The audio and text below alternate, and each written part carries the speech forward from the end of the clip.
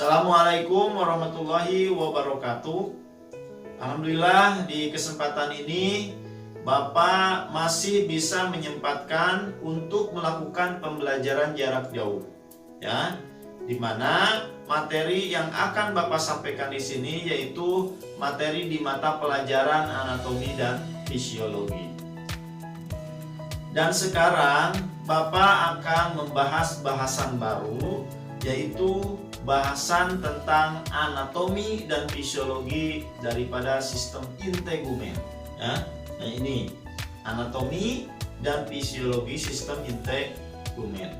Sebelum Bapak melangkah melanjutkan bahasan ini, Bapak akan bertanya dulu terlebih dahulu, ya. Nah, pernahkah kalian mengamati gatal-gatal pada area kulit? Ya, jadi kalau seandainya gatal-gatal di area kulit itu pernah diamati tidak? Ya, dan tentunya gejala gatalnya itu dapat disebabkan oleh apa? Tentunya oleh berbagai faktor. Misalnya terkena ulat bulu ataupun karena reaksi alergi. Nah, sehingga kulit yang ada pada kita itu adalah merupakan kulit bagian yang pertama kali berhubungan fisik dengan dunia luar, sehingga seperti adanya paparan sinar, infeksi dari mikroorganisme, dan reaksi alergi lain itu akan muncul pada kulit, ya, seperti kemerahan, bintik-bintik, maupun reaksi-reaksi lain yang ada pada kulit, ya. Nah, sehingga oleh karena itu, supaya tidak terjadi hal-hal yang demikian, kita harus menjaga kulit kita agar tidak mengalami yang namanya gangguan, ya. Nah, selain itu, gangguan kulit dapat juga terjadi pada diri seseorang itu tanpa adanya gejala yang dapat terlihat langsung oleh mata, ya. Seperti itu. Seperti panas tubuh kita, nah itu tidak terlihat, hanya bisa dirasakan dengan sentuhan, ya, atau dengan mengukur. Nah, tentunya kulit yang normal ada hal-hal tertentu yang harus kita ketahui. Misalkan kulit normal itu memiliki tekstur yang konstan, suhu yang konstan, kelembaban yang konstan, yang dinamis, ya. Jadi tidak terlalu berlebih, ya, keadaannya. Nah, tentunya bagaimanakah cara untuk mengetahui keadaan kulit kita itu, ya, sehat atau tidak? Tentunya harus dilakukan yang namanya pemeriksaan, ya. Nah, makanya pada pemeriksaan pada kulit ini dapat dilakukan melalui berbagai prosedur, tentunya prosedur medis. Nah, apa sajakah prosedur pemeriksaan pada sistem kulit ini? Makanya untuk dapat mengetahuinya, marilah kita mempelajari materi atau bahasan yang Bapak akan jelaskan ke adik-adik semua, ya, yaitu tentang sistem integumen, ya. Nah, selanjutnya, sekarang Bapak akan menjelaskan tentang anatomi dan fisiologi sistem integumen atau sistem kulit, ya. Nah, bagian permukaan luar tubuh manusia itu tentunya ditutupi oleh yang namanya kulit, dan kulit itu tentunya bermacam-macam, ada warna coklat, warna hitam, putih, dan lain sebagainya, ya. Nah, dan tentunya kulit juga punya perannya, punya fungsinya. Perannya untuk apa? Pertama, salah satunya melindungi tubuh dari berbagai gangguan dari lingkungan luar, ya. Jadi kalau seandainya ada gangguan seperti trauma, paparan sinar, mikroorganisme, debu, dan lainnya, ya, itu sebagai pelindung tubuh, ya. Yang kedua, selanjutnya sebagai sistem pertahanan tubuh pertama, ya. Pasti ketika ada benturan atau hal-hal yang lain, yang pertama akan merasakan adalah luar. Rangsangan panas, misalkan setrika, nah itu kulit yang menjadi pertahanan tubuh pertama, ya. Nah, jadi melindungi dan juga sebagai pertahanan pertama, itu fungsinya. Dan secara anatomi, sistem kulit ini terdiri daripada kulit, rambut, dan kuku. Makanya akan dijelaskan satu-satu dari kulit, rambut, dan kuku ke depan, ya. Nah, selanjutnya anatomi fisiologi kulitnya, ya. Nah, akan Bapak jelaskan dulu anatomi fisiologi dari kulit itu sendiri. Nah, kulit merupakan organ tubuh yang paling luas, ya, dengan total kurang lebih 7% dari berat tubuh kita, ya. Jadi luasnya itu. Dan secara anatomi kulit tersusun daripada lapisan, dan di antaranya ada 3 lapisan kulit yang harus kita ketahui. Apa saja? Pertama ada lapisan epidermis, ya. Lapisan yang kedua dermis, yang ketiga ada hipodermis. Nah, lapisan epidermis ini yang pertama, ini termasuk lapisan kulit yang terluar yang memiliki ketebalan yang berbeda-beda tentunya. Ada yang tebal dan ada yang tipis. Kalau tebal itu biasanya ukurannya kisaran 400 sampai 600 mikrometer, ya, kalau tebal, dan biasanya itu ada pada kulit orang dewasa, ya. Nah, kulit laki-laki, ya, bisa. Nah, ada juga kulit yang tipis, itu ukurannya 75 sampai 150 mikrometer, ya, pada bayi, ya, pada anak kecil bisa, ya. Itu lapisan epidermis, ya.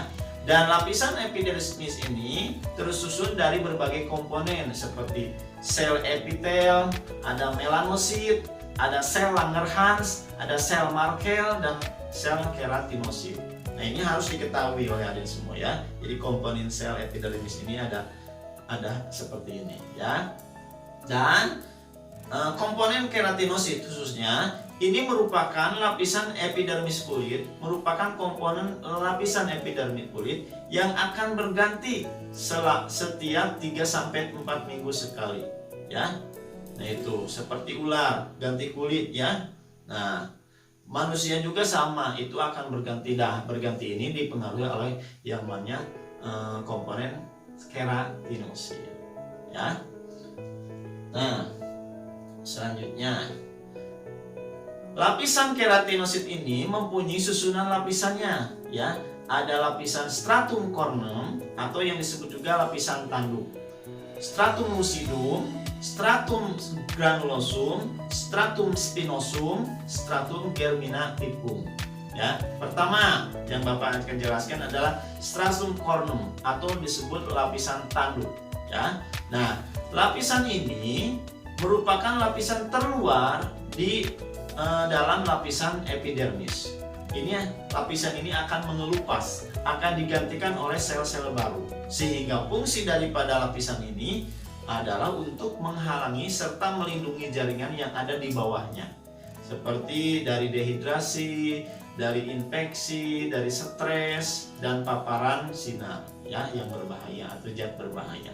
Lapisan stratum corneum. Yang kedua stratum lucidum atau lapisan bening, ya. Nah, lapisan ini merupakan lapisan yang lapisan di bawahnya, yaitu lapisan tanduk, terdiri daripada protoplasma sel, ya, yang berwarna jernih, ya, sehingga tipis dan dapat tembus cahaya. Ini lapisan yang kedua. Ada lapisan stratum granulosum atau disebut stratum lapisan granular, ya. Nah, lapisan ini merupakan lapisan epidermis yang tersusun atas keratinosit yang mengandung seratohyalin, ya, yang mengandung seratohyalin. Tentunya seratohyalin ini mengandung fungsi yaitu untuk mengikat filamen daripada keratin, ya. Jadi mengikat filamen keratin, ya. Yang keempat stratum spinosum. Nah, lapisan ini tersusun dari sel-sel yang tidak beraturan dan fungsinya adalah untuk menjaga kekuatan dan kelenturan. Ini stratum spinosum. Jadi kekuatan dan kelenturan ini dipengaruhi oleh lapisan spinosum. Yang kelima ada yang namanya stratum germinativum, ya. Lapisan ini adalah lapisan epidermis yang paling bawah, tentunya berdekatan dengan lapisan selanjutnya yakni dermis, ya. Ini mengandung apa? Sel melanosit sebagai pigmen daripada warna kulit. Jadi ada warna coklat, warna putih, warna lainnya, ya. Ini dipengaruhi oleh sel melanosit, ya. Nah, ini ada lapisan dermis, ya. Nah, lapisan dermis ini merupakan lapisan kulit kedua setelahnya epidermis. Dan lapisan dermis ini merupakan lapisan kulit yang membentuk ketebalan yang terdiri daripada jaringan ikat, ya. Dan lapisan dermis ini terdiri dari dua. Ada lapisan stratum papillare dan ada lapisan stratum reticulare, ya. Stratum papillare ini terdiri daripada jaringan ikat yang longgar, sedangkan stratum reticulare ini terdiri daripada jaringan ikat yang tidak teratur, ya, dan lebih tebal, ya, daripada stratum papillare, ya. Yang kedua ini dermis, ya. Dan lapisan dermis ini tentunya ada komponennya, ya. Nah, ini lapisan dermis ini terdiri dari berbagai komponen, ya. Apa saja? Karena tebal itu terdiri dari bagian-bagian. Ada pembuluh darah, ya. Nah, pembuluh darah ini sebagai transport oksigen, ya, karena juga jaringan tubuh perlu yang namanya oksigen, sehingga akan dikirim lewat pembuluh darah. Nutrisinya juga, ya, sehingga akan dipenuhi, ya. Nah, jadi ada pembuluh darah. Yang kedua ada pembuluh getah bening, ya. Nah, ini apa fungsinya? Ini sebagai pasokan jaringan kulit yang melawan mikroba. Jadi ketika ada mikroba yang terdapat di kulit, nah ini akan dibunuh atau dibantu untuk mengkondisikannya itu dengan pembuluh getah bening, ya. Itu. Selanjutnya ada kelenjar keringat, ya. Nah, ini untuk mengatur suhu, ya, sehingga akan mengangkut air, ya, dari dalam keluar, ya, sehingga akan mengeluarkan keringat. Nah, ini yang namanya kelenjar keringat, ya. Ada kelenjar minyak. Kalau kelenjar minyak ini adalah melindungi kulit dari mikroba, ya, karena kan terkadang kulit kita mengandung minyak. Ini ada yang namanya kelenjar keringat, kelenjar minyak, ya. Selanjutnya ada folikel rambut. Nah, folikel rambut ini tempat bertumbuhnya rambut, juga sebagai ada akarnya memberikan nutrisi pada rambut nanti, ya, pada bulu-bulu yang tumbuh di kulit.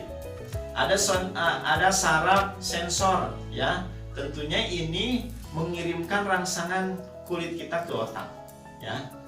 Ada saraf-sarafnya. Nah, jadi sarafnya itu ada di lapisan dermis ini, ya. Selanjutnya ada kolagen, ya. Nah, kolagen ini fungsinya adalah untuk memberikan kekuatan, ya, dan bentuk jaringan tubuh, ya, yang ada di kulit, ya. Nah, itu namanya kolagen.